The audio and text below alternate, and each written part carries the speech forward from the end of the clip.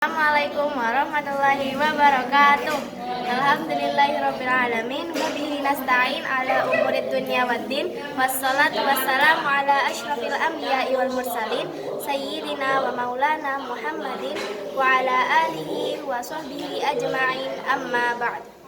Puji syukur kita panjatkan kepada kehadirat Allah Subhanahu wa taala dan baginda Nabi Muhammad sallallahu alaihi wasallam atas berkat rahmat hidayahnya sehingga saya dapat menyampaikan pidato ini.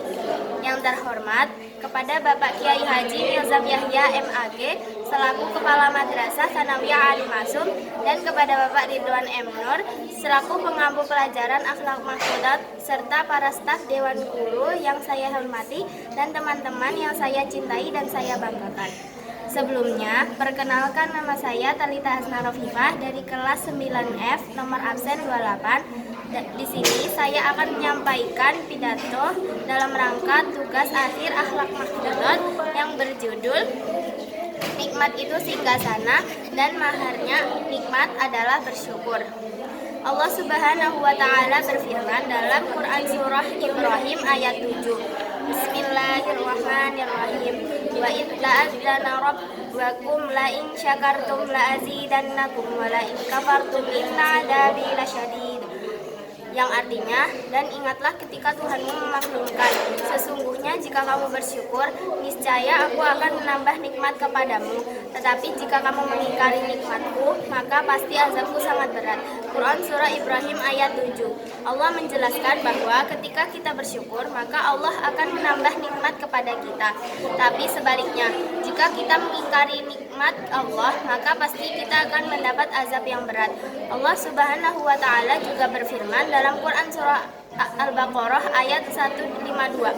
Bismillahirrahmanirrahim. Fadkuruni adzkurkum washkuruli wala takfurun. Yang artinya, karena itu ingatlah kamu kepadaku, niscaya aku ingat pula kepadamu dan bersyukurlah kepadaku, dan janganlah kamu mengingkari nikmatku. Dalam Quran surah Al-Baqarah ayat 152, Allah menerangkan bahwa ingatlah kepada Allah dan bersyukurlah kepada Allah, niscaya Allah akan mengingatmu, dan janganlah kamu mengingkari nikmatku.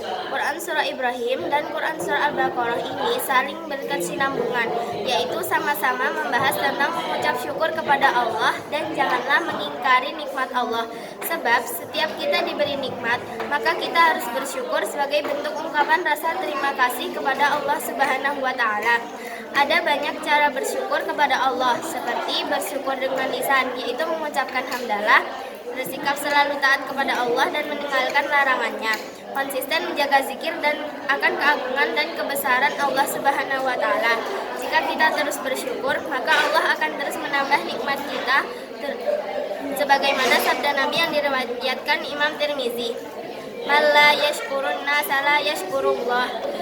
Yang artinya, barang siapa yang tidak bersyukur atau berterima kasih kepada sesama manusia, itu sama saja tidak bersyukur kepada Allah. Hadis riwayat Tirmizi.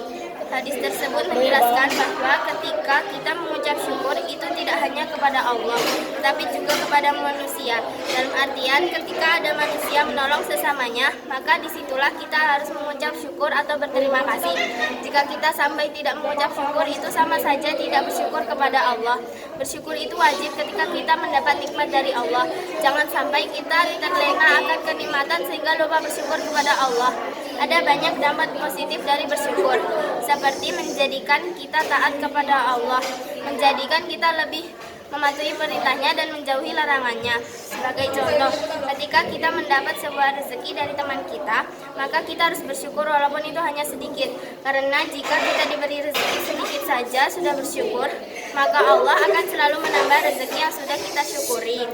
Mendapat makanan, kita harus bersyukur atas apa yang didapat dan mencontoh perilaku